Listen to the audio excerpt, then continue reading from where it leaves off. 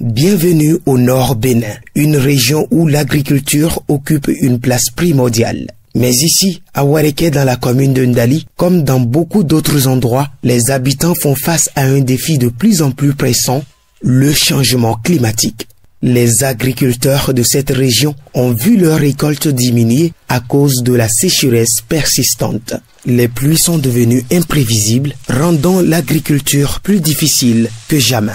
La pluie n'est pas arrivée tôt et il y a une chaleur très forte qui a fait pourrir mes ignames semés. La saison pluvieuse a été instable. Au moment où nous attendons la pluie, c'est à ce moment elle se fait rare et elle arrive quand on n'en a plus besoin. Ceci a fait que mes plantations n'ont pas donné le rendement que j'espérais. Dans un champ d'igname de 1,5 hectare, je n'ai pas pu gagner 3 sacs. Au moment où les pluies étaient régulière, dans un champ de cette dimension, je récoltais environ 120 sacs d'igname. Je suis totalement découragé. C'est ce qui a fait que je n'ai pas fait 1 hectare, mais la moitié. Vous voyez cette case? C'est dedans j'ai stocké mes ignames après la récolte l'année dernière. C'était bien rempli. Il n'y avait même pas de passage. Cette année, mon rendement ne fait même pas le cas de ce que je récoltais. Je n'ai même pas pensé à la case de stock car ce n'est pas la peine.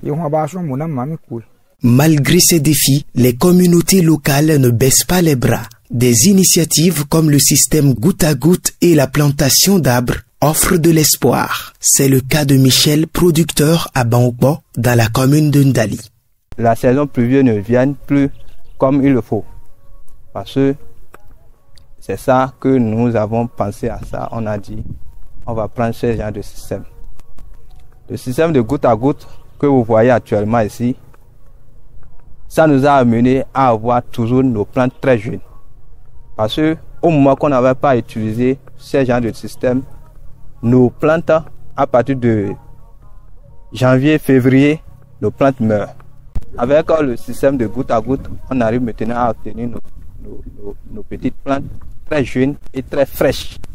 Ça goutte, minute par minute, seconde par seconde, ça arrive à pénétrer juste à l'intérieur des racines des plantes. Des organisations non gouvernementales telles que Terre Africa mènent des actions pour préserver le couvert végétal. Nous avons initié une série de formations au niveau des femmes de la commune de Ndali sur la fabrication de foyers améliorés, des foyers écologiques qui consomment moins de ressources en bois.